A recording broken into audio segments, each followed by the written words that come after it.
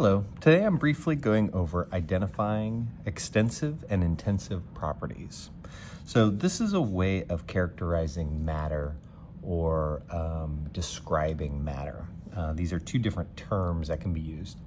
And this is for chemistry, but really it applies to most science courses.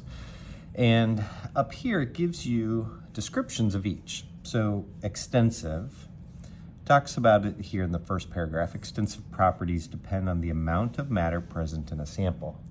So what they're saying is, if you can measure it and it'll change if I have half the amount of that matter, then that's an extensive property. Let's look at an example. This one here, we're measuring the side of this brick. Now, if I cut that brick in half, the measurement changes. That means it depends on the amount of matter in the sample for this measurement. That length, in this case, is an extensive property. Intensive is going to be opposite, where even if I take half of the amount of matter of something, an intensive property doesn't change. So, do not depend on the amount of matter present. Whether it's large or small, the property remains the same.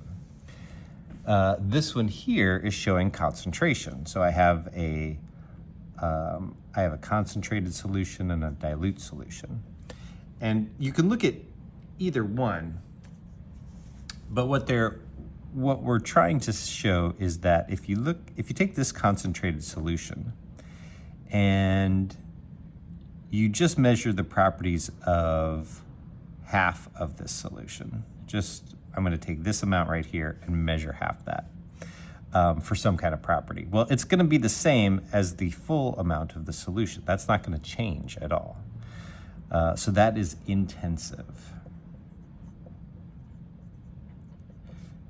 Remember, whatever the property we're looking at, if it doesn't change, if we remove half or add half, then that's going to be intensive. All right, so try and figure out the rest of these. And this could be a little bit tricky. So take a look at the paragraphs here that give some examples as well. All right, thank you very much.